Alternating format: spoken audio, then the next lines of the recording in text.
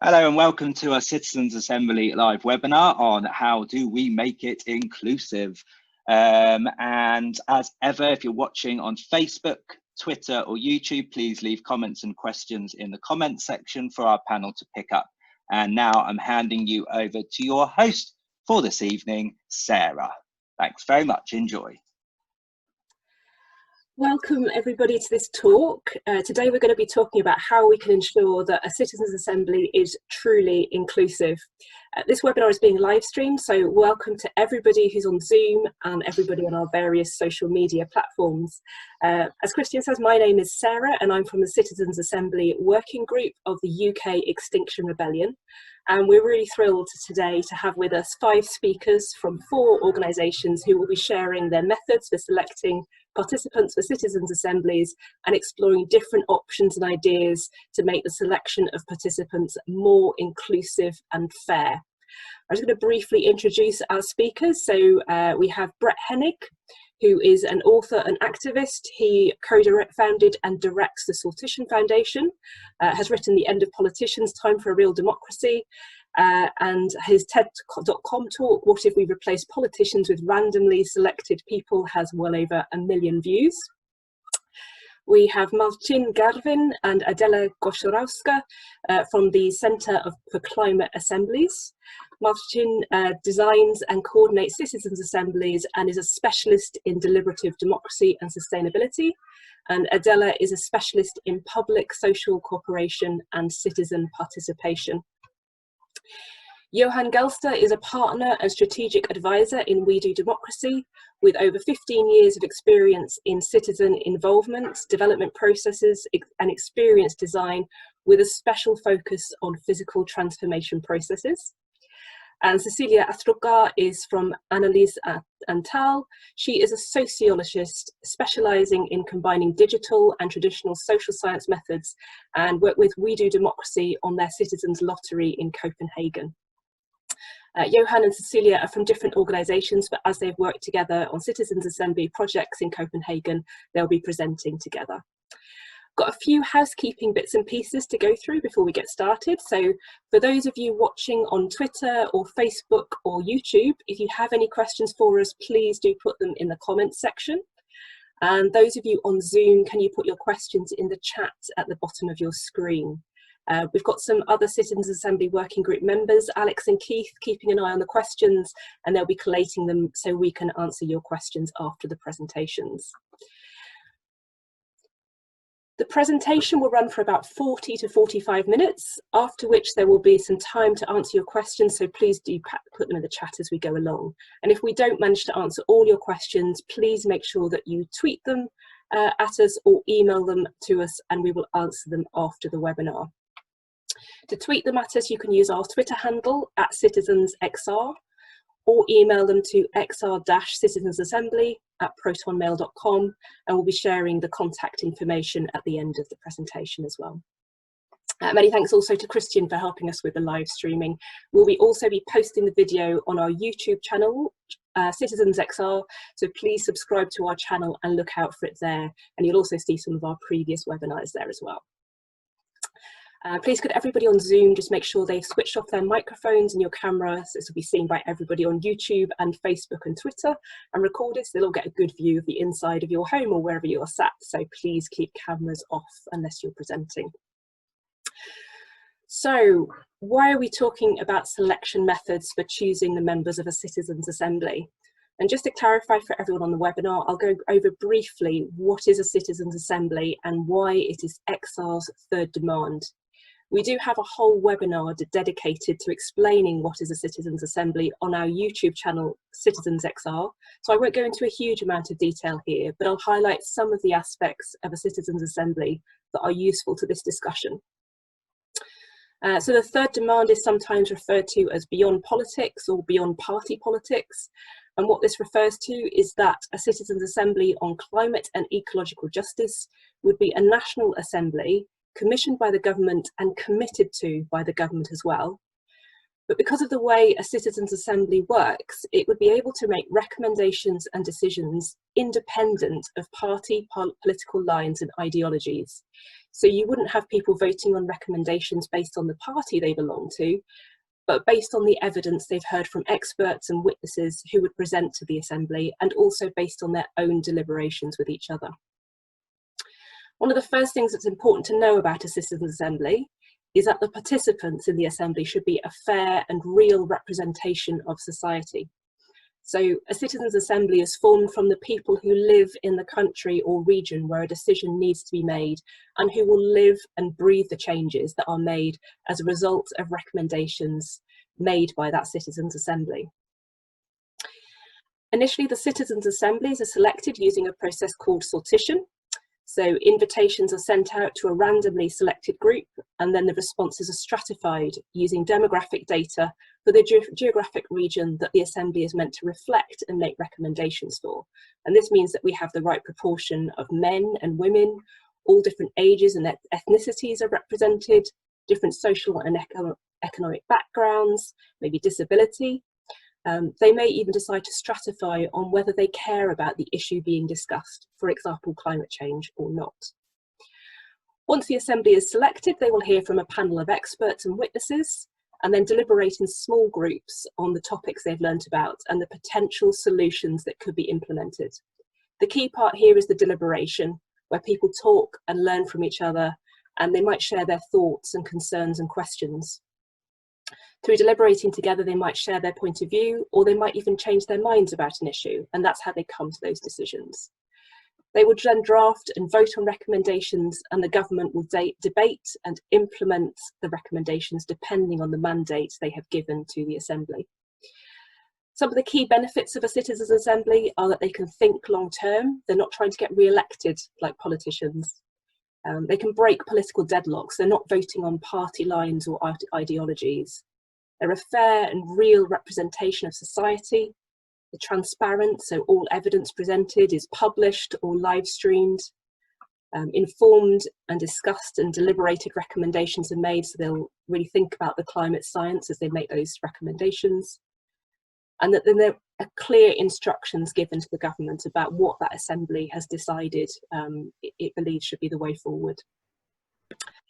So one of the criticisms of selecting for a citizens' assembly is, how do we include the most disenfranchised and marginalised individuals and communities in the process? And we wanted to ask our panel the question, can we actually have a citizens' assembly that is truly fair and inclusive?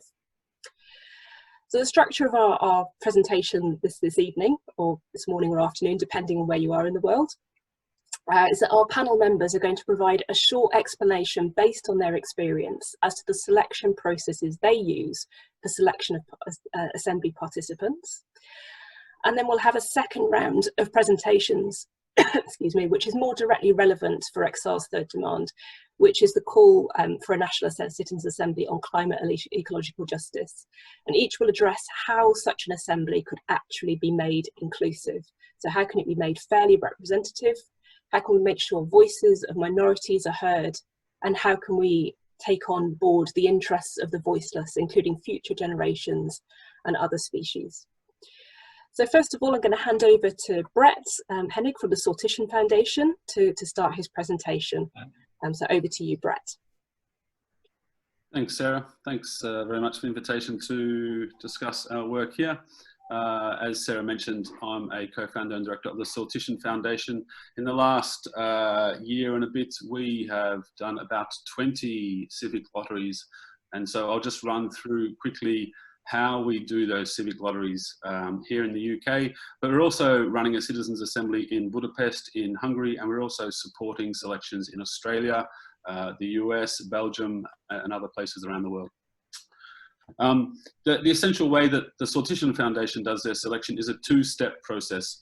So the first step is you send out invitations to randomly selected households or people. I'll talk a bit more about that in a second.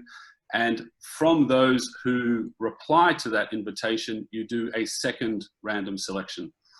So I'll break that down a little bit. In the first step, we send out invitations to a group of randomly selected households in the UK is how we do it. We do that because in the UK, we think that the Royal Mail database is the best database we can have to give every person some probability of receiving an invitation. Of course, that's not completely true. We won't reach the homeless, we won't reach people in prison, etc. We won't, you know, there's a few exceptions, of course, but that's the best database we think we can access in the UK to aim for that ideal of an equal probability of every person receiving an invitation. Because one very important aspect of that is that non-citizens are actually included. So even though it's called a citizens' assembly, any resident in the UK can respond to that invitation and register. The other interesting aspect is what would be the age limit? Traditionally, you would think 18 plus, but actually for nearly all the UK assemblies we've done, the age limit has been 16 plus. There's even been discussion of lowering that age limit further. So what is the cutoff for age is a very interesting question as well. In that first step where we send these invitations to randomly selected households, because we also realize, okay, we can only send it to a household. Should we let one person from a household register or not? We just let everyone from any household that receives an invitation register. But in the second step, we make sure that only one person from every household is selected maximum. We also realize that when people reply to these invitations, we get quite a bit of skewing. We get quite a bit of skewing towards the more educated people, sometimes toward older people, etc. So what we've been doing in the UK is to try to correct that skewing by actually sending more invitations to, proportionally more invitations to deprived areas. So for example, for the UK Climate Assembly, we sent out 30,000 invitations. 80% of those were just randomly selected from Royal Mail's database. And the further 20% were randomly selected from postcodes that had an index of multiple deprivation, a low index of multiple deprivation. So the more deprived regions, we topped up with an extra 20% of invitations to try to correct the skewing that we see in that first step. Then once people, the people that reply and register to those invitations, of course, it's not compulsory. We don't have the political power to make it compulsory yet. Even if we like to think of it like jury duty, we don't have the legislation to say, if you receive one of these, you have to come along, of course. So we get people who register, and then we do our second step, which is a stratified random selection. So because of this initial skewing, we don't just do a pure random selection from the pool. We make sure that when we do the random selection, we correct the skewing and we get 51% women, 49% men. We get the proportional numbers in each age group and according to some socio-economic proxy, which is often either education level or occupation, to try to match the actual socio-economic demographic profile of the community. How you actually perform that algorithm is also very interesting, and we've been working with some academics in the US, Ariel Prochacha, I'm not sure about the pronunciation of his surname, from Harvard University and Carnegie Mellon University on the actual selection algorithm from the pool that could be the most fairest. And in fact, there's various different ways you could define what is fair when you're selecting from this pool. And so the two algorithms we've been using at the moment, one is called Maximin and the other one is called the Nash Welfare algorithm. And we can talk much more about what that means if people are so interested. In a nutshell, the Maximin increases any individual's minimum probability of being selected. So you put a sort of a baseline minimum on the sample, whereas the Nash Welfare algorithm tries to minimize the spread of probabilities that you will be selected. So it tries to push everyone as close to a sort of central probability of being selected as possible. That's our selection mechanism in a nutshell. It's to recap, it's a two-step process. We send out invitations to randomly selected households. From those who register, we then do this second stratified random selection to make sure we match our demographic profile. In Budapest, in Hungary, where we're doing a citizens' assembly, it's different to the UK because, of course, in continental Europe, they have national registers of residents. So in Budapest, the Budapest City Council has access to the Budapest City Register, and they have randomly selected 10,000 specific people from their database to send the initial invitations to. So that's very different to the UK, where you will get actually a name, addressed invitation, you have been selected to register. But again, the other parts of the process are exactly the same. Some proportion of those people will register. From that pool, we will do the stratified second step random selection. And yeah, I'll leave it there. I think that's a very quick outline of how we do it at the Sortition Foundation. Thanks very much, Brett. So next we're going to move over to Marcin and Adela, who are going to talk a little bit about their selection method at the Centre for Climate Assemblies. So over to you guys. Thank you very much, Sarah. It was really a pleasure for me to listen to Brett, because I'm kind of a geek on those methods, and actually I'm very interested in all of this. And in general, we follow the same basic principles of two-step random selection. However, there is more to it when we do it in Poland. For me, it was from the very beginning, you know, a couple of years ago, when I first started to speak about the random selection process, immediately someone from the city council, it was not Gdańsk, it was the city Sopot where I live, someone pointed out, but when you do it electronically, how can you make sure that it is like a credible random selection? How can you make it trustworthy? And even though it was many years ago, I really like it's stuck in my mind. So it translates into our method, which is as transparent as possible. So wherever it's possible, we use something physical and visible. And let me explain what I mean by this. So I have prepared a presentation, and there are some slides for you to show. Yes, so we will be revealing the secrets of random selection in Poland. All right, so we have tried both of the methods, just like Brett mentioned, the methods of sending letters of invitations to households. We have done it in the city of Wrocław this year, so we have experience with this. And we have done 4 times the method of sending personal letters with invitations to an individual. We had this opportunity of using an actual voters register. And in Poland, if you are a homeless person, you can add yourself to the voters register. It is possible to do it.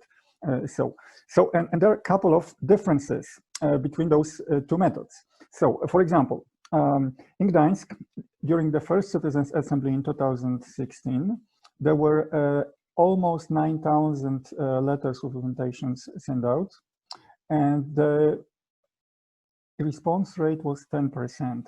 So we have this step of people registering on the website or by phone. I will show you how it looks like in a minute. And in the city of Wrocław, there was this household method, and the number of letters was much higher. It was 20,000, and the response rate was lower. So, however, we have received this more than 800 positive responses, so it was completely enough for us to randomly select the ideal composition of the whole group. Nevertheless, when you do it with the voters register, you have from the very beginning 3 demographic criteria to start with. You already know the district where the person lives. You know the age of this person, exact age, because in the special ID number that people have in Poland, which is called PESEL, you have exact date of birth.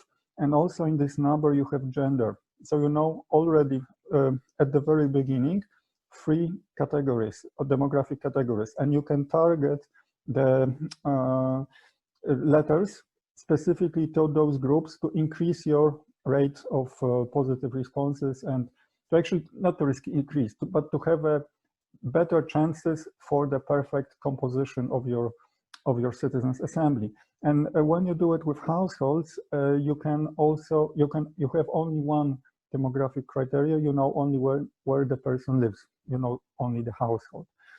So, and this is just to show you, these are the letters with invitations from the city of Wrocław as they were used this year. There were two sheets of paper inside. One was the invitation from the mayor, and then the second one was something that we have learned from the Sortition Foundation experience. This is the frequently asked questions. And just to show you, this is these are the boxes with 20,000 letters, which are ready to be posted. That's what it looks like.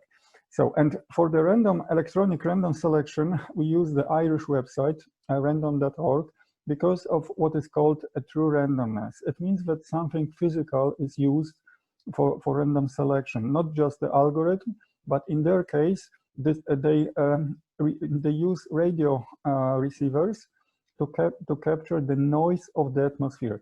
So if you ask, how did you select those 20,000 letters of invitations? Well, they were selected by the noise of the atmosphere. And this is their first radio receiver. It was supposed to be old because they wanted to have a radio receiver which didn't have this noise filter, which modern radios use. So, and when you receive a letter with invitation, there is a special website. You can register there, or you can call someone. And there in the city of Wrocław, for example, there was a person especially hired for answering the phone calls and registering people. And once you have this whole group of, let's say, 800 people registered, then there is this new step that we had to do in the city of Wrocław, is to randomly select those profiles, demographic profiles of people before the second round of random selection. And for this, to explain how we did it, I asked Adela because she invented the method. Adela, so over to you. Hi everyone, I'm also going to show you a presentation. So as Marcin said, we also invented a method, an algorithm for choosing people who will take part in an assembly when we get registered people in household method. Okay, so I'm going to share my screen.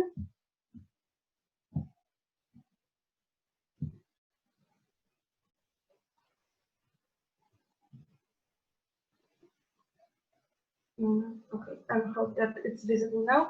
And I call it one-by-one method. And as I said, our aim is to create a group of profiles that is as close to the demographic structure of the city as it's possible.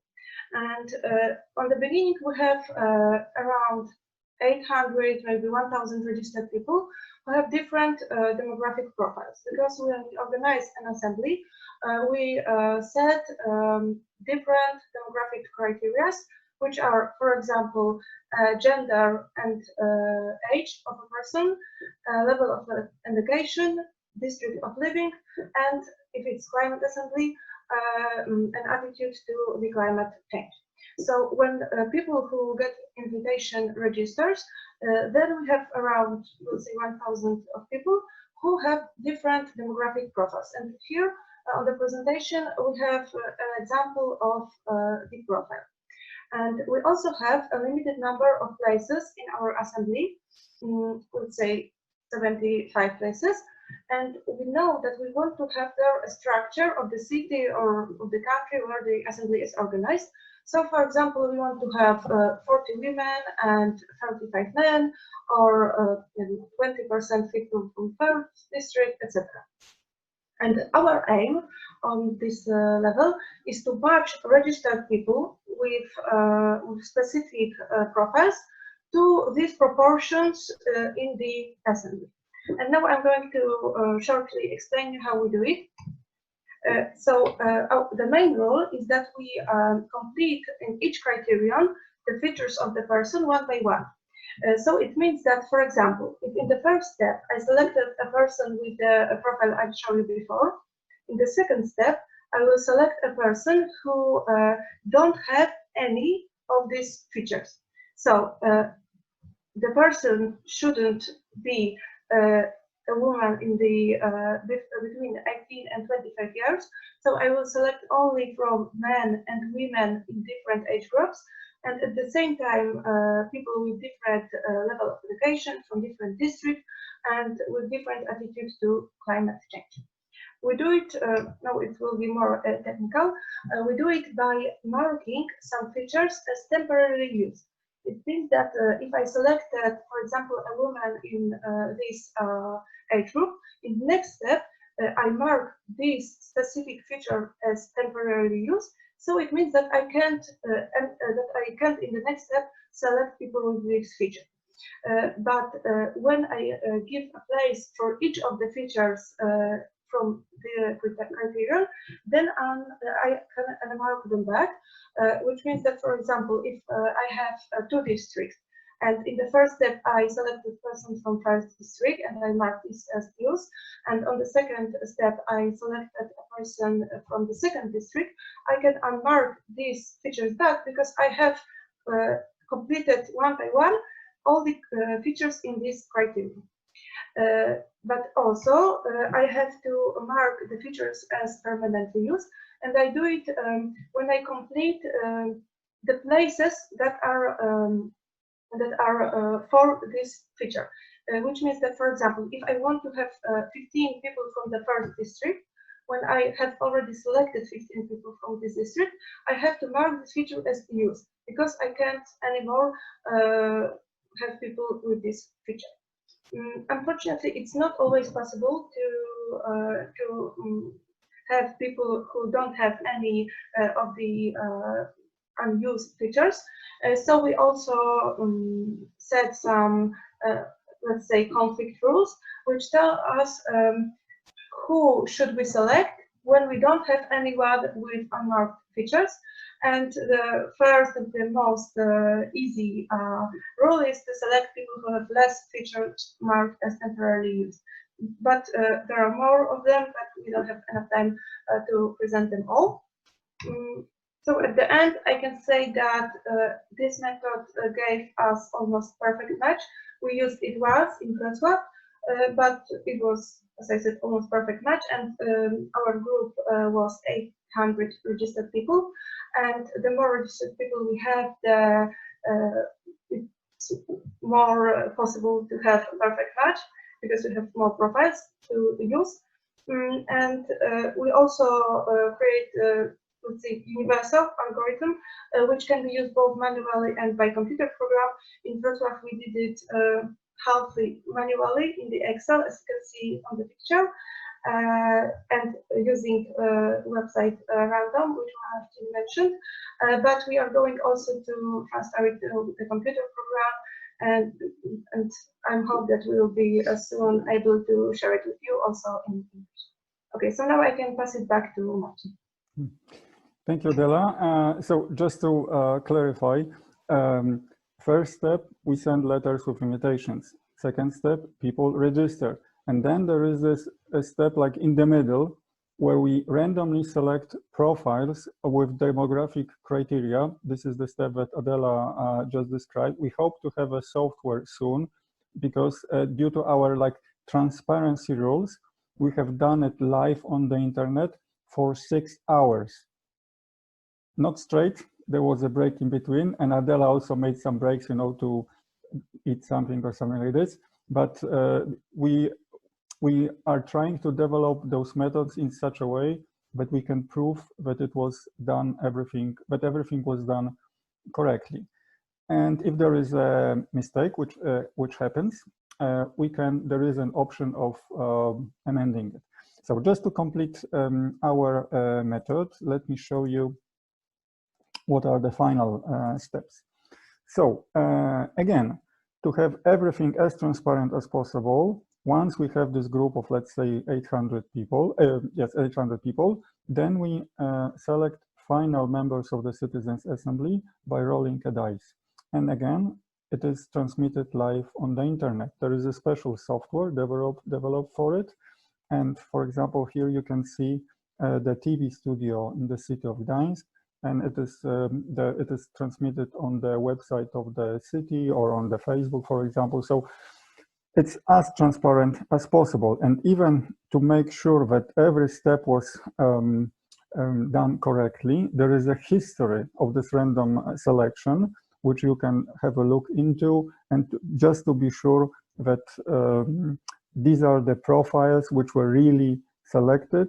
And one more thing that I would like to add: when people register, when they receive this letter of invitation, they have a special ID code, and they use this code to register on the website.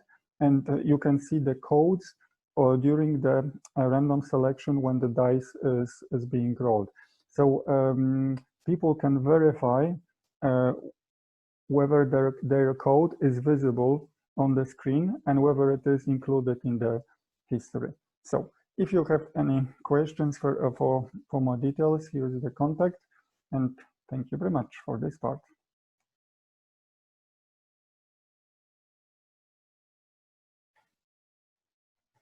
Thanks, Marcin and Adela. That was really interesting. Really interesting you were transmitting it live. Let's move on now finally to Johan and Cecilia to hear about their experiences of selecting for citizens' assemblies in Copenhagen. Thank you, Sarah. Thank you for the invitation to be a part of this webinar and the detailed inspiration from Poland. I'm Johan Gerster, well pronounced, Sarah, and I'm partner in We Do Democracy. We are the organization located in Copenhagen, and we are advisors in participation design and democracy. And last year we had the opportunity to design and facilitate the first citizen assembly in Copenhagen. And we did that in very close collaboration with Peter McLeod and from Mass LBP and his team from Toronto. The mayor of the technical and environmental administration in Copenhagen was looking for this kind of a new citizen dialogue format with a broader representative reach than the dialogue with the usual suspects, so to speak, from the typical town hall meetings. And we came up with this citizen assembly, and the question for this citizen assembly was, how can we reduce car traffic and parking places in the central part of Copenhagen and create more livability in the future? And so that's about the topic for this discussion. And maybe you know, but we are not that religious in Denmark. But when it comes to reducing car traffic and parking places, especially the one in front of your front door, and transforming these streets into green urban parks or whatever, then we have very strong opinions and also very strong stakeholders in the city to be a part of that debate. So we made this the citizen assembly as mentioned before, the concept around it, for making it more representative. And my colleague from the Danish research agency Analyse or TAL, I think you can translate that into analysis and numbers. Cecilia Astrup-Gaard will tell you about how we did the selection of the participants in Copenhagen and the civic lottery. But I will just give you a short cliffhanger of how it ended up. Because in the end of the citizen assembly, 36 Copenhageners with different backgrounds and different views on traffic and car traffic, on infrastructure, ended up with a very strong recommendation for the City Hall, agreed on reducing 75% of all car traffic in the city center for the future, and reducing 80 to 90% of all parking places. And that process, there was not a single minority statement during this time. So, and right now the politicians at the City Hall are still discussing the recommendation for the future Copenhagen municipality plan. But that's the overall frame about the citizen assembly in Copenhagen. And well, Cecilia, I would like you to give the introduction to the civic lottery that we did. Sure, and thanks, Johan. Well, let me just share our presentation. All right, so here we are. I guess you can see it. So as Johan said, we have this question about imagine a future with less car traffic in central Copenhagen, and we worked with different scenarios of how to reduce car traffic and what it would actually mean for the city, for the streets, for the parks, for everything. And what we would like to highlight was, of course, the selection process. Here it's kind of important that we didn't just want to have what's representative, because we had an issue about a very specific area in Copenhagen. So we wanted to be representative on age and gender, but geography was something that we discussed a lot. So we actually invited all citizens in the specific area that was touched, but they only made out 75% of the overall citizen assembly. We also had 25% living in the area around that was like coming into the center, because of course for them it also meant quite a big deal if they could park or not. So the geography was a very interesting thing to work with. How would we make what is fair? What is a fair selection? Is it representative, but representative of what? Also, we had something, as Johan said, we are kind of religious about our cars and our streets and our homes in Denmark. So we actually included maybe more. I guess it wasn't something that I would normally use for a random selection for a citizen assembly, but access to car became like actually a selection criteria for us, because we needed to have perspectives for both all the citizens who had their own car, and for them it was of course a much bigger deal that they couldn't park just in front of their house, and also a representative proportion of people without car. So already the selection criteria process was a lot of discussions in there, and I guess we will dive deeper into it later of how we could maybe make it even more inclusive. Then we had invitation and civic lottery, maybe the two phases that Greta and Marcin is also talking about. But what we would like to highlight from our Danish experience is the invitation process, because here we use two different methods and we have pros and cons from both of them really. So in Denmark, we have the ID numbers of all citizens, and the ID numbers is also connected to like an official citizen email where we get like all our salary emails, our governmental communication and stuff. So we had this e-box, we call it, which is like a separate email that everybody uses. And we were able to use that, which was like a really great opportunity for us. But then due to some practical, economic, political, at least, limitation, we also we had to use social media and official government website to recruit the 25% citizens like around the center. And that's what we want to talk a bit about. So here you can see we have the e-box, which here we are able to, when we are working with municipalities and cities and do citizen assemblies, then this is a great way because you can actually invite all individuals with the address in a specific geographical place.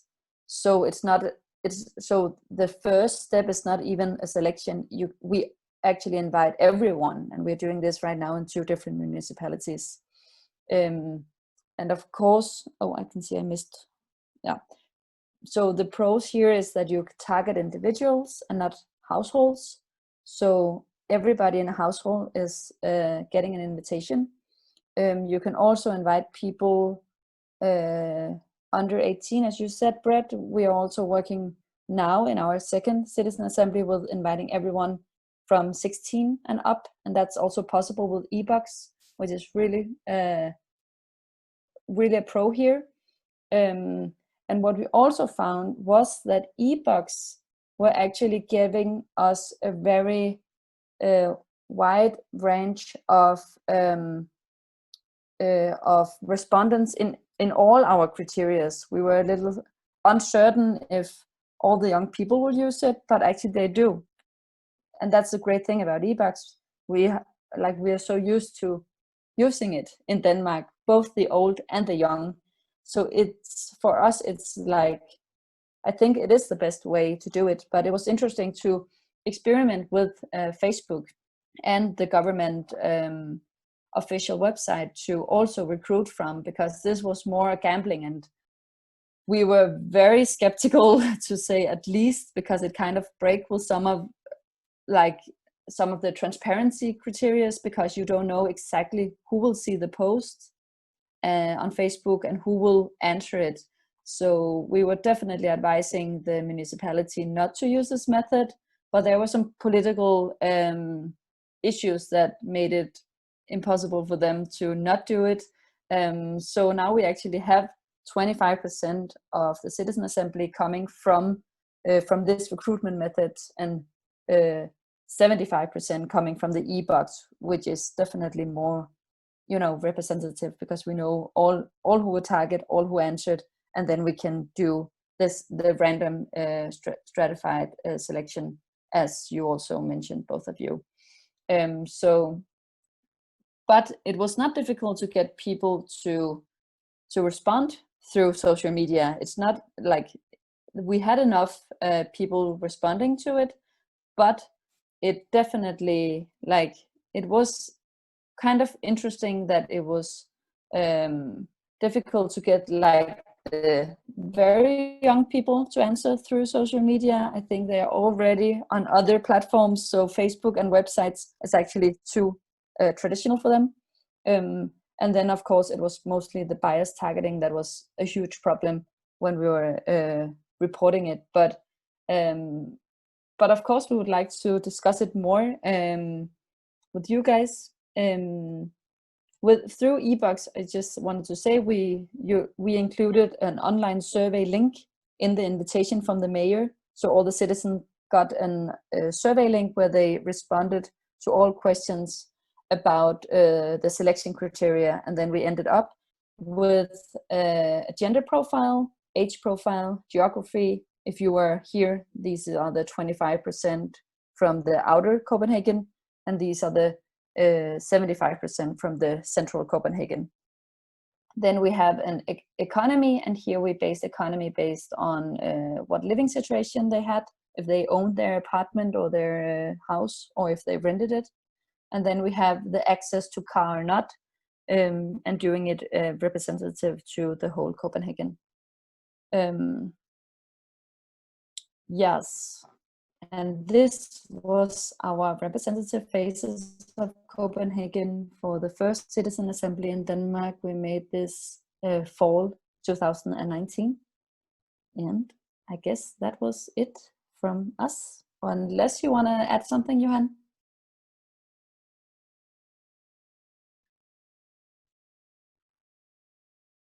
I guess not. Sarah? Thanks, Cecilia. That was really interesting to hear about the e-box situation there. So we're going to move on to the second part of the presentation now. And I just want to remind people to please do submit your comments through social media or on Zoom. If you have any questions that you want to ask the panel, please pop them into the comment section or the chat section on Zoom. We've had a few questions already, so thank you very much to those people on social media and Zoom who posted questions already. Okay, so the next part is addressing how we can ensure that an assembly can be made more inclusive. How can we make it more fairly representative, make sure the voices of minorities are heard, and also maybe take into account the interests of the voiceless, including future generations and other species. So again, we're going to start with Brett from the Sortition Foundation and ask him to address this question. First of all, over to you, Brett. Thanks again, Sarah. Yeah, inclusion to me is, of course, crucial. And the way I see inclusion in Citizens Assembly is there are essentially two modes of inclusion, or two sort of areas of inclusion. And one is the direct mechanism of selection. So you are selected and put in that room, and that is obviously one of the more powerful ways of inclusion. And there's a great book by Anne Phillips called Politics of Presence, if you're looking for something to read about the power of representation in that method. The other way of inclusion is actually in the sort of expert stakeholder panel. And the first mode of inclusion, if you're randomly selected to participate and it is like a microcosm of society, then that is a very formal mode, and you have a sort of a formal power in the sense that you and the group of people in that room will be making the final decisions. Whereas the sort of second mode of inclusion, where you are an expert or a stakeholder or such like, there's no formal power, but there's a lot of informal power because your voice is elevated, your experience is elevated. So if you're talking about transport and you want to make sure that the voice of disabled people is included in that assembly, you can either do stratification in the selection to make sure that 10% of that room self-identify as having a disability, or you can get disabled people up as a stakeholder group and to present their point of view. And they're very different ways of exercising power in a citizens' assembly as far as I'm concerned. Of course, there is quite a bit of precedence for oversampling on historically excluded groups or minorities in the first selection mechanism. So, for example, in Australia, where I'm from, originally there was a deliberative poll on Indigenous reconciliation. And so, of course, they overrepresented the Indigenous in that deliberative poll to make sure that their voice was very loud and clearly heard. In the G1000 in Belgium, I know they allocate, or they allocated 10% of the seats to minorities and hard to reach individuals, and they just used direct outreach strategies to make sure that some homeless people were brought in, for example. Over-representation is another way of sort of reaching for exclusion. But there's still, of course, many other groups that will definitely be excluded. Children, for example, if you're under 16, is your voice not important in this argument?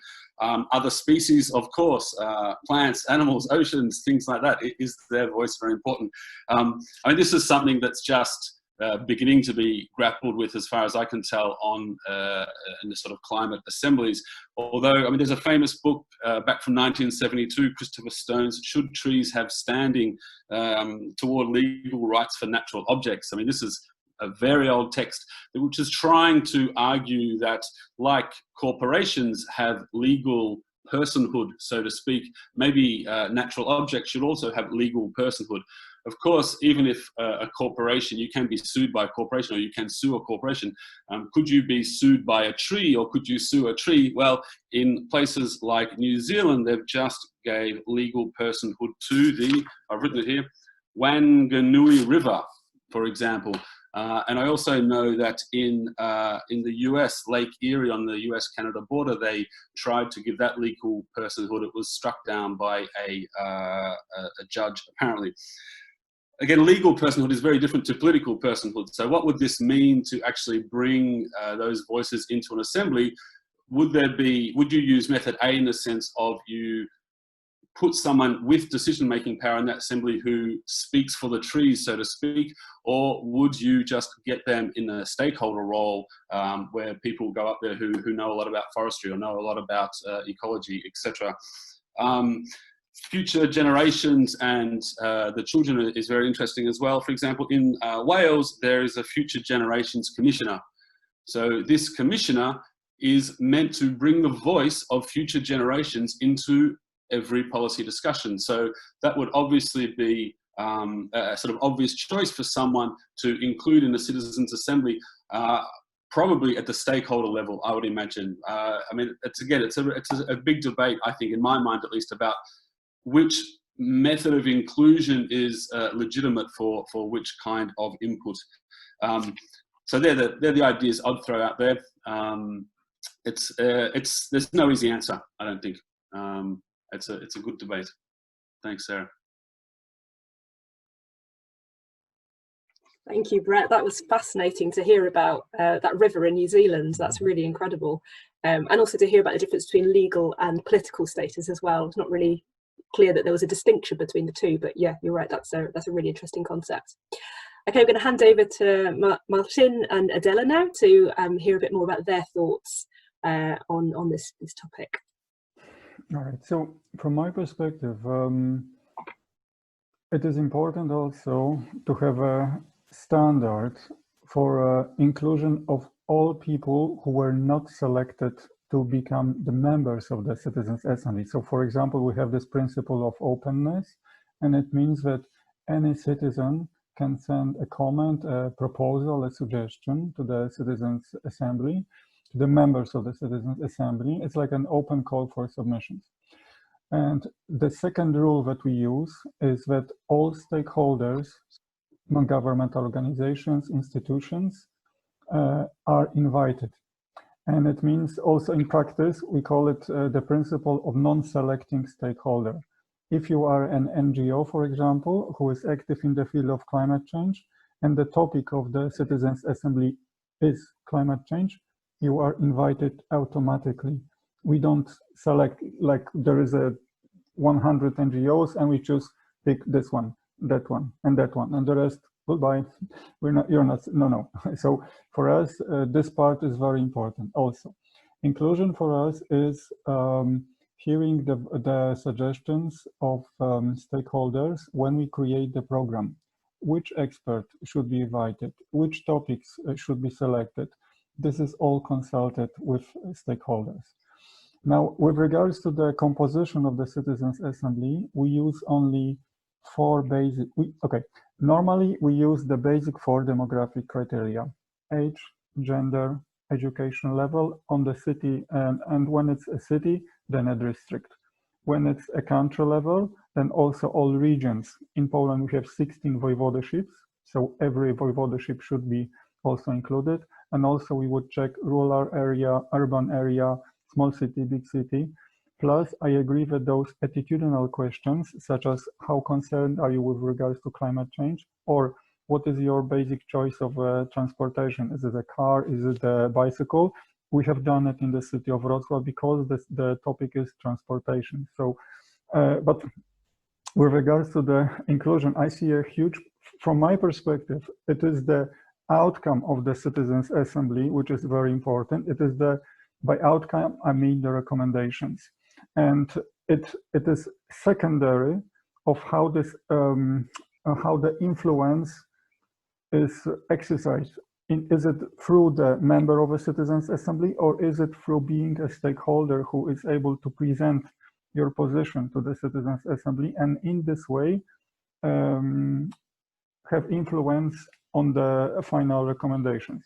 And just one more thing with regards to the young people.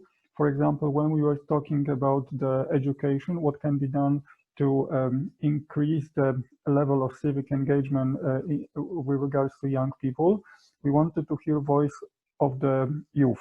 By youth, I mean like the not primary school, not high school, but the middle, gymnasium at that time. So we didn't include like 1 or 2 members of children in this group of Citizens Assembly. We have organized a workshop for like 30 or 40 randomly selected children. We have a special methodology of how to do it. And through this workshop, we have come up with their recommendation so that their voice is also like they had opportunity to learn about the issue, to think it over, to discuss it, and then to present it to the Citizens Assembly. Adela, your comment on this issue? No, thank you. I think that is all. Right. Sarah, so over to you. Thank you very much. Thank you, Marcin. That was really interesting about the balance between being a member of the Assembly and being a stakeholder, and which could have the most impact. So thank you very much for that. Let's now hand over to Johan and Cecilia for their comments and thoughts on this. Thank you. It's a very, of course, very important discussion, this one. How can we do this fair and inclusive? And I think I love the idea of course, I love this transparency focus that you're doing in Poland. I love this case from Australia. by putting in those voices that is kind of voiceless into the room. I'm just wondering, how could we design those citizen assemblies in the ways though that we can see it physically, the one that is not in the room but should be in the room for having this fair discussion.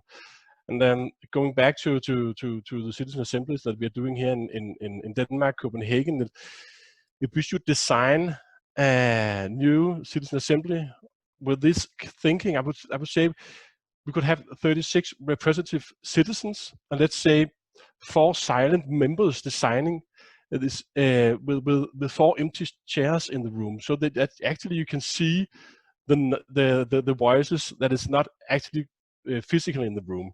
And we can use kind of advocates for each chair, advocating for the perspective of the voiceless in the room, just like in the courtroom.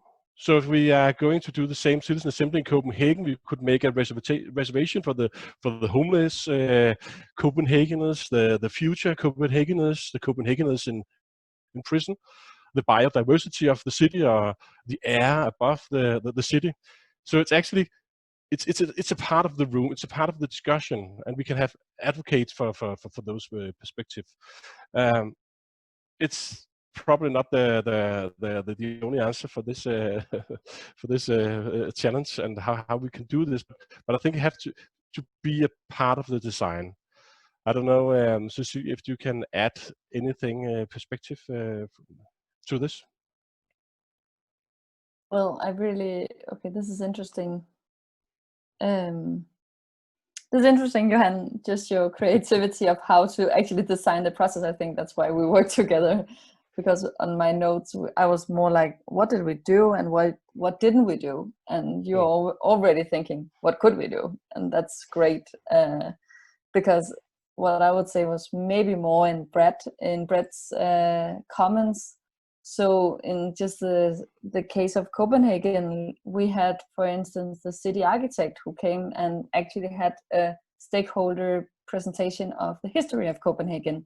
How could the history be an actor or be a voice in the city or in the citizen assembly? So I think the stakeholder design is like one way to include, but I also think we should be much more creative in both like invitations and stuff. Even though even the homeless people in Copenhagen, they actually do have e-box, but I'm pretty sure that they are not the one responding to the survey, but actually they do have a chance to be selected. But that's another thing. We should definitely maybe also be even more critical about the 5 to 10% who are responding to the invitations. That's also another way to think about inclusiveness. I think maybe people who have worked even more with citizen assembly also have a lot of insights on how to invite people and how to frame the citizen assembly. What is it? And I think there's a lot of ways to invite people in that could actually include more people, and that's maybe something we should think about on a more intellectual level. Maybe we have like one way of including people through words, but that could maybe also be done through other medias or other framings. So I think there are actually, this topic expand over like so many phases of the citizen assembly, and not only the selection really, also the way we design and facilitate the meetings, but also the way we are even talking about it, just to open it up even more. Sarah.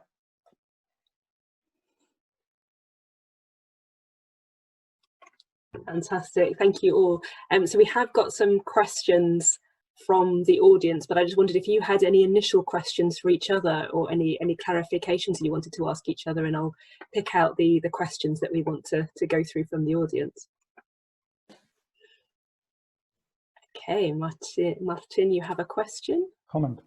A comment, sure, go for it. Just very quickly, because like my honest way of thinking about the composition of the Citizens Assembly is that it's really not that important, even if it may sound a bit controversial, coming from me, because it seems to me that it is also the process that is important. And if the composition is like a bit that way, like more men, more women, something like this, what I believe is that when you design the whole process right, you engage you start with the collective, you initiate the collective wisdom of people. And what we know from many studies which have been done throughout, more than 10 years or something like this, that people during the Citizens Assembly do change their opinion, their position. So it's not as important where they stand, because once they hear the evidence, once they hear those different diverse perspectives, they have this ability to move towards something which is considered a collective wisdom. And even if, if our composition of the group is not 51 and it should be 50 or 49 or something like this, I think it's irrelevant, because the process, when you design it right, has this ability of people to come up with something really good and valuable. Okay, that would be it.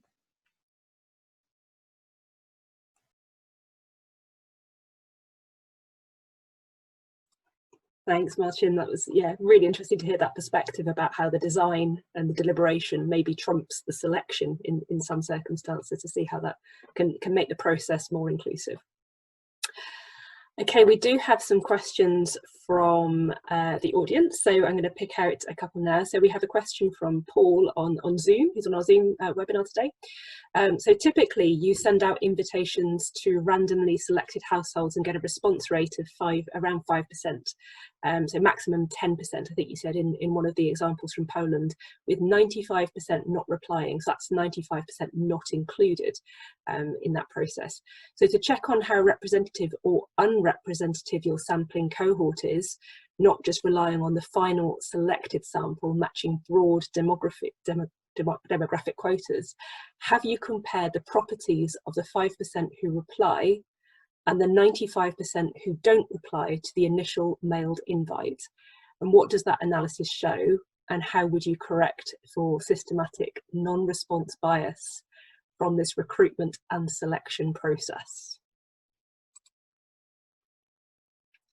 Who wants to address that question first?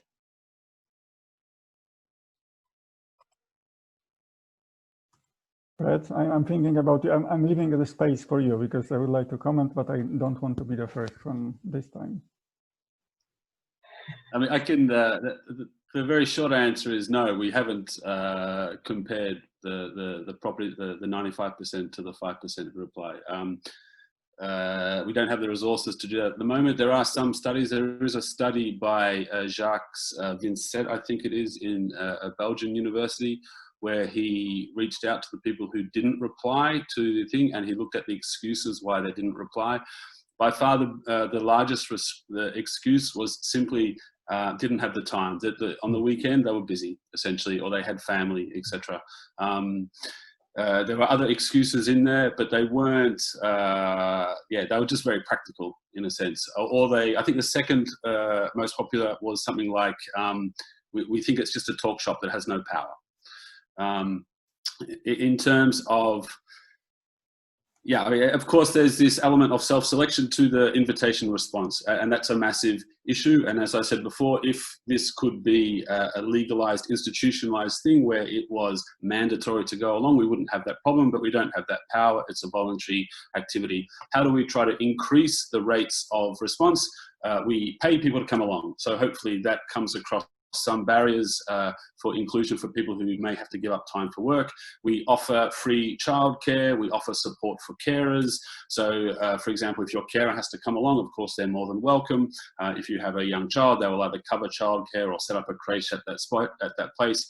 We do everything we can to try to make it as accessible as possible. Of course, there's, there can be sign language, there can be braille things, all this kind of stuff.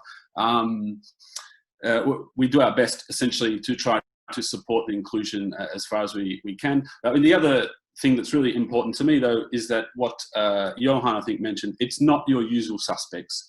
It's crucially different to an open meeting. And this is really important. If you just say, let's have an open meeting about climate change, of course you know who's going to turn up.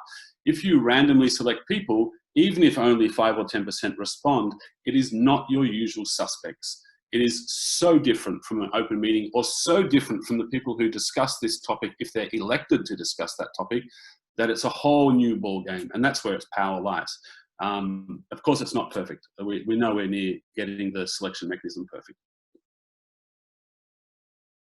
Marcin? Marcin? Or I think it's a sorry. I think it's a central thing in itself that you actually got this letter from the government. It's a part of the democracy that actually we need your voice, even though only 95% or 90% actually are going to be a part of the civic lottery. Then I think it's a criteria in democracy that you actually have been looked at, that the government would like to hear your voice into this subject. So that is a criteria in itself. We shouldn't kind of, and on the other hand, like Red said, well, we definitely have some other citizens involved in these debates and in these assemblies, especially in Copenhagen and in Denmark, than the typical town hall meeting. So this is not going to be the only solution. Citizen assembly is good for something, and we can use it for some purpose, but not you cannot save the whole democracy only by using citizen assembly. You have to. It's a tool together with other tools, but we have to admit that I think this invitation to so many people, that kind of having this opportunity to be a part of a democracy process, and this civic lottery is a central part of itself.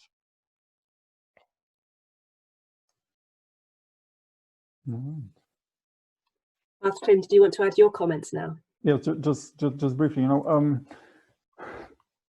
from my perspective, it is very important that your participation in the Citizens' Assembly is actually voluntary. Why? Because you are willing to participate rather than you are forced to participate. And your attitude to being the member of the Citizens' Assembly, to listen to those presentations, to be engaged in the discussions is very different. I think that this forced mechanism of like when it's during a jury, for example, I don't think that the attitude that it promotes is the right one. And also, I wouldn't say that 19%, like it was stated in the question, are not included. Yes, they are not included, but they had opportunity to be included, and either they were not able to, which is fine, because, for example, someone has got a job during the weekend, and this is okay. Maybe, next year or in the 2 years or 5 years, the situation will change. He or she will receive the invitation again and will be able to participate. Or there will be a process on the weekdays, which is also possible. So and I think that when people, from my perspective, the group that we receive is diverse enough, is representative enough, and we are looking for the people with regards to those demographic criteria to reflect the composition of the whole city. And this works, during the third Citizens' Assembly in Gdańsk, we have randomly selected a person who was unemployed on social benefits and a professor of biology from the University of Gdańsk, just by random selection.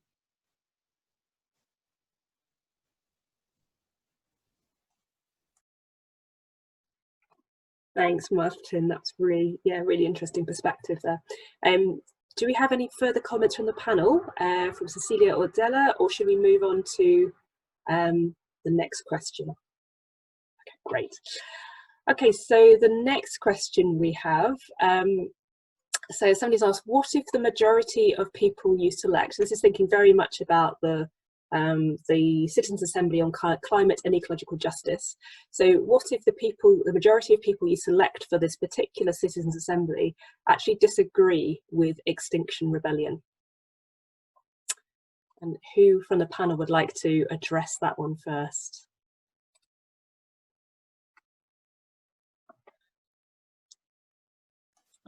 Right. I don't want to speak first all the time. If anyone else wants to jump in, please. Of course, people should disagree. That's the whole point. You should have a diverse range of viewpoints in the room. So, in fact, also for the UK Climate Assembly, we stratified on level of climate concern. So we asked people when they're registered, were they extremely worried? Were they not worried? Were they not at all worried? And we matched the final sample against an ipso-mori poll done 6 months ago or something, to match the numbers in that room to make sure that it couldn't be accused of being a room full of people who care about climate change, and it would be not legitimate because it would be assumed to be a stacked room or something. So we had to make sure that in that room there was the same percentage of people who did not care about climate change. And to me, this is actually more interesting because seeing if they do or do not change their opinion throughout this process is really important. And I mean, anecdotally, you see people coming through the French Climate Assembly coming out saying, oh my, I had no idea how dramatic it was, etc. And that's, of course, the whole point. You get this representative random sample of people and put them through informed deliberation and see if their opinion changes, if their perspective changes.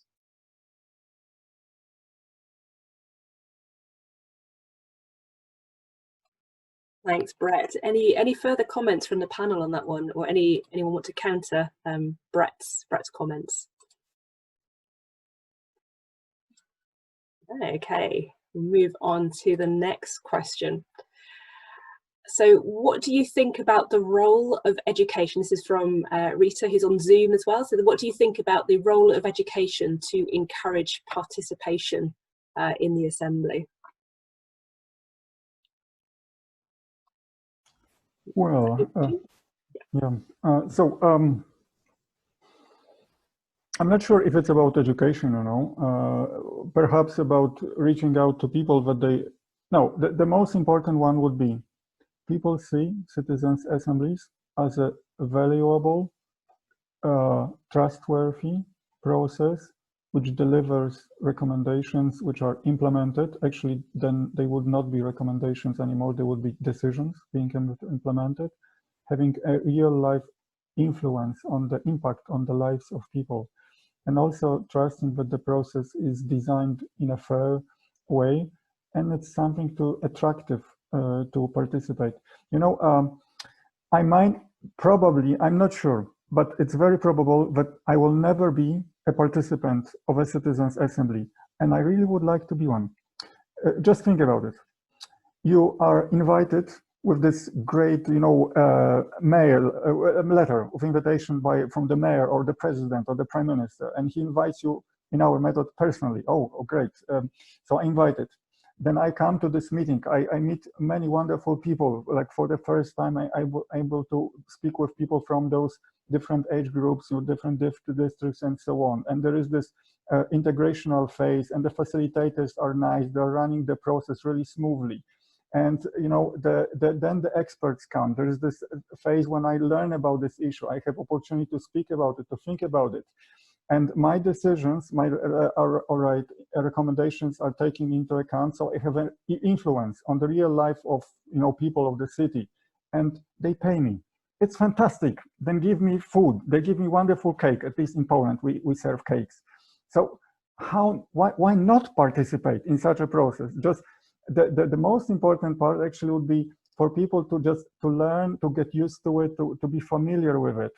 And once the word spreads, but the cake is fantastic, I think the response rate should go up to 100%.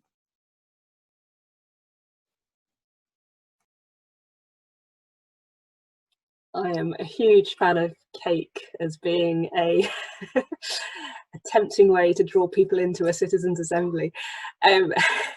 Anyone else have any opinions on the question, or on cake in general? Actually, anyone else got any thoughts on that question? Okay, let's move on to the next question. Thank you, Marcin. So, got a question from Kathy on Zoom.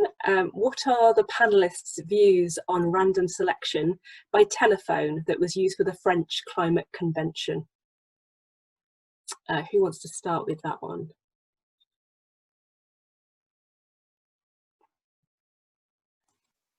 Oh, okay, I can jump in quickly. It is fine. Yes, it's just a method of randomly selected people. What I would think about is what is the actual cost, what is the response rate, and so on. But is it a good way? Is it like a fair way? Yes, it's okay. It's just like any other method. However, I'm a bit attached to this personal letter with invitations. I think it's a nice way of inviting people, and if it works, then it's fine. So I would just compare the costs, and I would also make sure that everyone, depending on the country, if everyone has got a cell phone, for example, or a phone, because in Poland, definitely many people don't use the internet at all. So I would say in our final group of assembly members, I would say around 10% would not have a personal email address at all. That's the situation in Poland. Thanks, Marcin. Yeah, it's interesting because there's also the methodology used in Ireland where they recruited door to door, so they actually knocked on doors to do that recruitment, and in a sense it's down to that level of the cost effectiveness. You know, does that trump the actual general effectiveness of the selection method? Which is more effective? Is there a difference between them? Anyone else from the panel got any thoughts about that, the use of telephone or even door-to-door selection methods over using electronic or direct mail options? Johan? Yeah, I think we have to make a distinction between the kind of open invitation, when you are making a broad invitation to the municipality, to the citizen in the municipality or in the nation, and the more closed invitation where you're using the phones, because I think there's a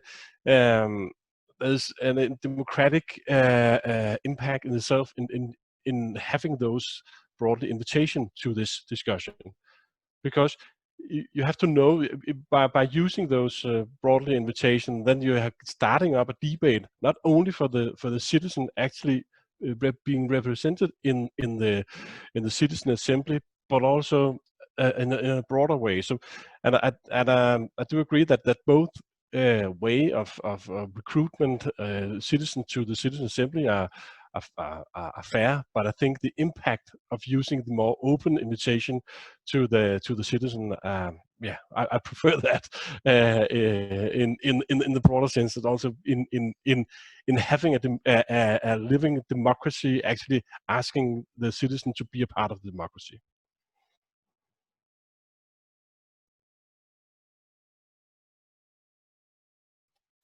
Yeah, that's really important. Just to have that opportunity to be part of that process is really important. Any more comments from the panel before we move on to the next question? We've got time for a couple more questions, so we'll just take a couple more from the audience. If you have any questions you want to add, please put them in the chat or in the comments now. No, okay, so we'll move on to the next question. So sort of touched on this a little bit already, but I wonder if we can just get a little bit extra from this. So expecting potential participants to respond to an unsolicited letter is likely to reduce the response from politically marginalised social groups, especially among communities with refugee and migrant backgrounds.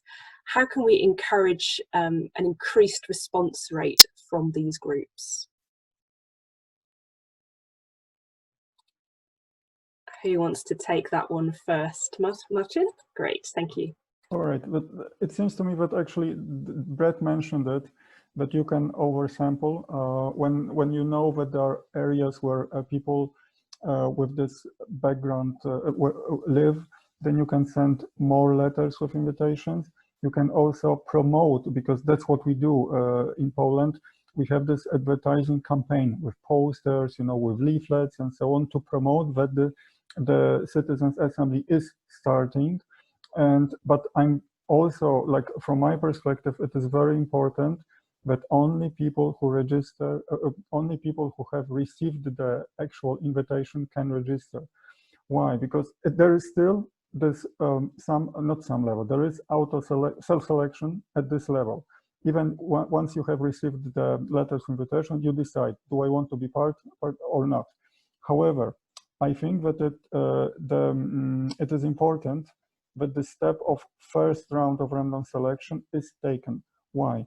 Because once you have the open access, like everyone can register, and then you have a random selection, then you could possibly have a biased group to start with. For example, if your topic is whether or not we should have a new football stadium in a city, then it's theoretically possible that a large group of football fans will register to participate, let's say 5,000, and then 800 like regular citizens. Then from the very beginning, it is likely that you will have a large number of football fans in your group of members of a citizens assembly, and this group will be biased. That is why this first step of randomly selection is important. And that is why whether it is by phone, by knocking on the door, or by sending letters with invitation, it should go only to the randomly selected group. And this makes this like attracting people like more a bit harder. But there are some methods like oversampling, which Brett mentioned, that you could actually use.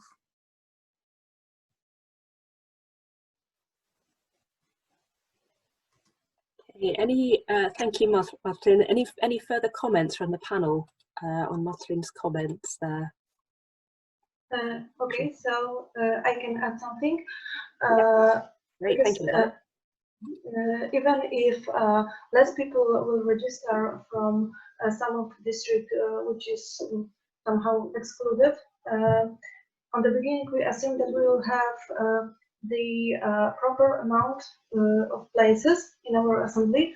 So even less people register from this district, they will be chosen to the panel, because we know that we have to have this presentation of it in our assembly.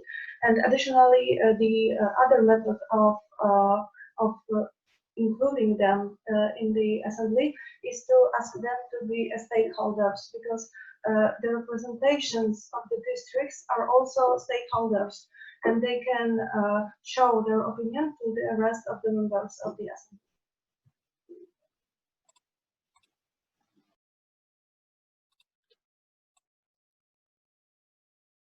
Yes, thank you, Adela. That's really completely exactly builds on what Brett was saying earlier about making people a stakeholder enhances their participation. So it doesn't need to be necessarily just a participant in the process. They can actually contribute in a different way. We've got another question here, which is about the diversity and demographic data. So categories for selecting an assembly can often be quite broad with limited diversity within the category. How can we use demographic data to diversify further? I guess this sort of reflects on, say, if you have maybe you have a minority group within the selection for the citizens' assembly, but maybe they're still of a higher social sort of status, economic status, and how do you get people from that minority who might actually be less? And I know you've already touched on that kind of, you can make people representative, but how can we actually improve that diversity within the demographics of the assembly participants? Who would like to take that one? Brett, you've got your hands up.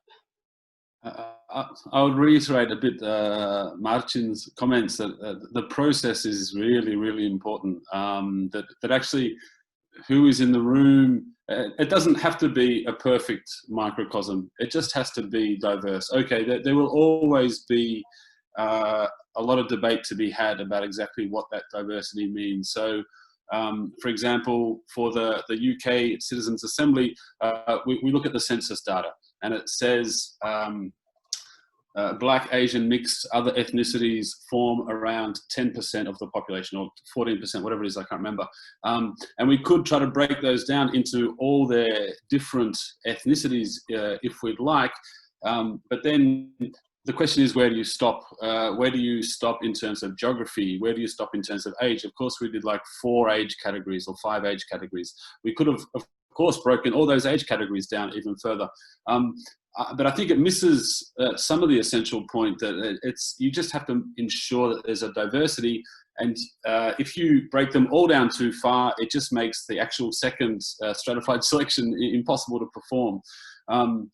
If we're really worried about excluded minorities not being in there, after we've done all, sent extra invites to those regions there, then I think we have to, look at these other techniques of inclusion, essentially. You can do direct outreach. If it's a specific, if you think that the topic of the assembly is specifically likely to highly affect a certain demographic, then of course you should reach out and make sure they are included either in the assembly or in the stakeholder group. We did a citizens assembly on hate crime, so of course there was a lot of work on minorities, on LGBTQ+, etc., making sure that their voice was brought into the room, given that we didn't want to, for example, ask when they're registering, what is your sexual identity, etc. So yeah, it's a continual trade-off between making sure there's diversity and making sure that you can actually do the stratified selection in the first place. But again, I think the really important thing is the process. It's what goes on in the assembly that's even more important.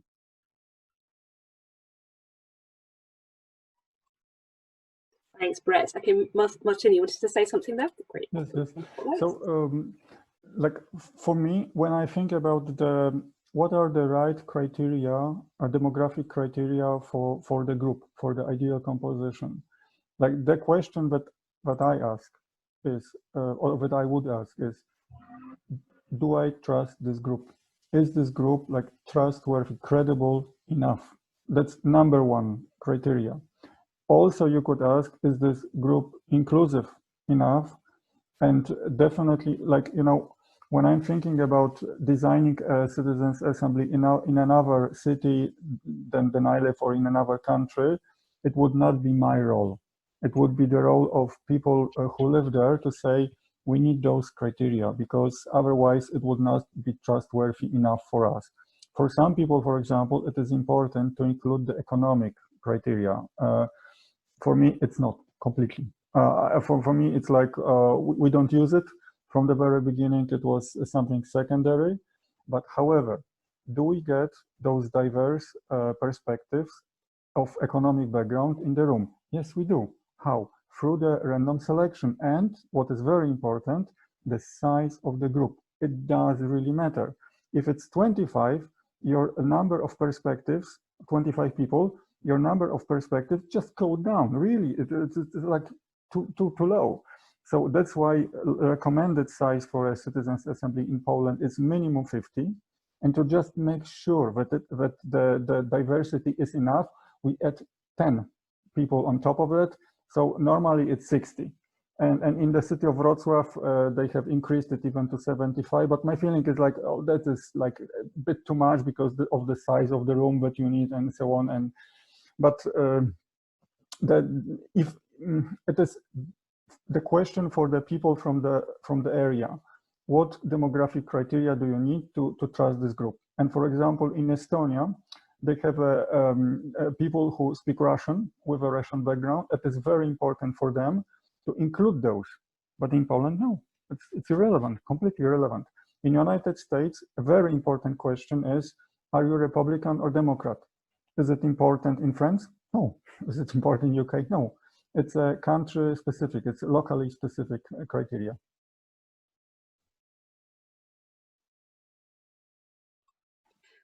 Thanks, Marcin. Any further comments from the panel on that one? We have time for, I think, just one more question. So I'm going to pop that out to you in a moment. Okay, let's move on to that final question, and then we will wrap up. So how, so this reflects back actually to, I think, maybe the diversity within the group and those targeting, bringing stakeholders in potentially who could have been participants, but making sure their voices are heard, but slightly different angles. So how can it really be ensured that special interest groups do not manage to control the agenda and influence facts presented and or the alternatives to be considered?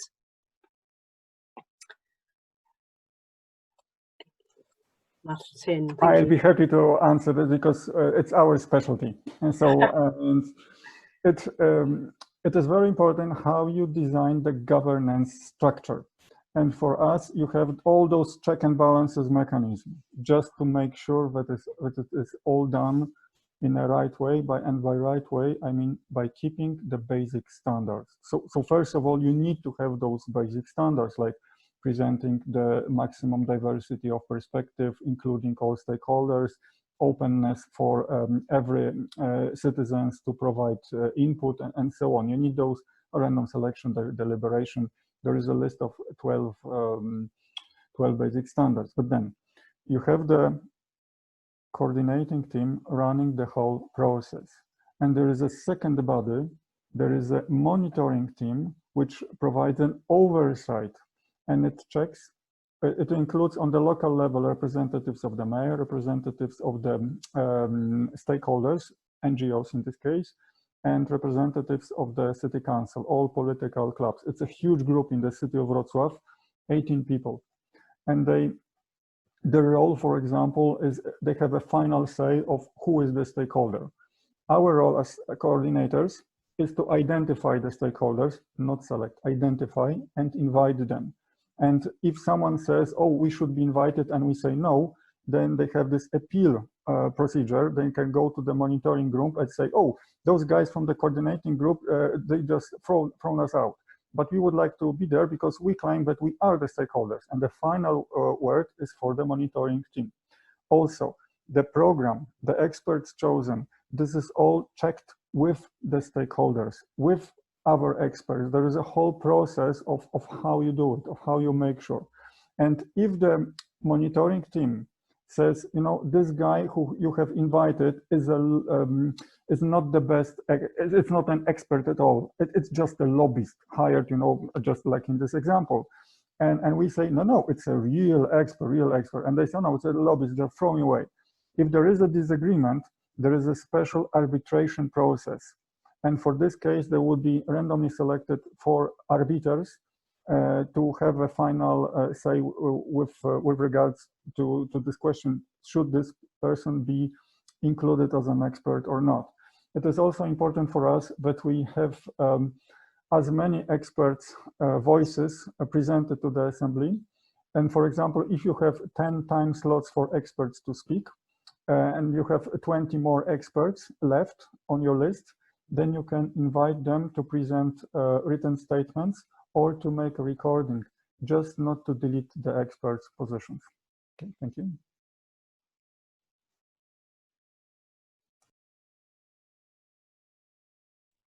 Thanks, Marcin. Have we any more comments from the panel before we wrap up? Any final comments or thoughts before we end this webinar?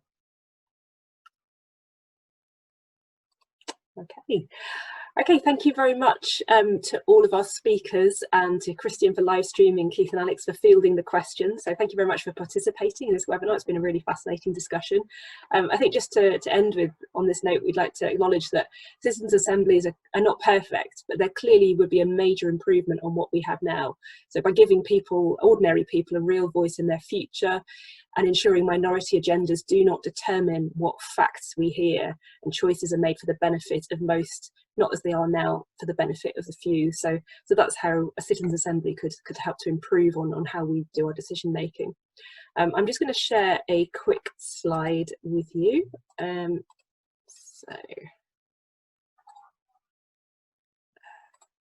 So this is, you'll be able to see this now. So this is our